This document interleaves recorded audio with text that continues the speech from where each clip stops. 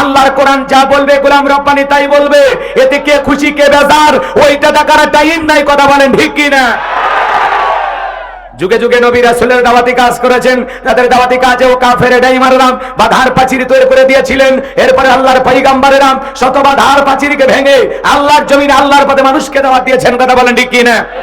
আপনার আমার প্রিয় নবী কালিমার দাওয়াতি দিকে কোরআনের প্রচার করতে গিয়ে মার খেয়েছেন, রক্ত জড়িয়েছেন, দান্দার মোবারক শহীদ হয়ে গেছেন, লোহার টুপি মাথার ভিতরে ঢুকে গেছেন। সাহাবা ইকরাম দ্বীনকে প্রতিষ্ঠিত করতে গিয়ে মার খেয়েছেন, রক্ত জড়িয়েছেন, জীবন দিয়েছেন। ও বাংলার মুসলমান, 1971 সালে এই দেশের মাটির জন্য, এদেশের স্বাধীনতার জন্য আপনার আমার পূর্বপুরুষেরা যদি রক্ত দিতে পারেন, জীবন দিতে পারেন, প্রয়োজন যদি হয় আল্লাহর জমিনে আল্লাহর দ্বীনকে প্রতিষ্ঠিত করতে গিয়ে, কোরআনের সমাজ কায়েম করতে গিয়ে নবীদের মতো সাহাবা ইকরামদের মতো দ্বীনের জন্য কারা কারা বুকের তাজা রক্ত দিতে রাজি? দুই হাত তুলে আল্লাহকে দেখান।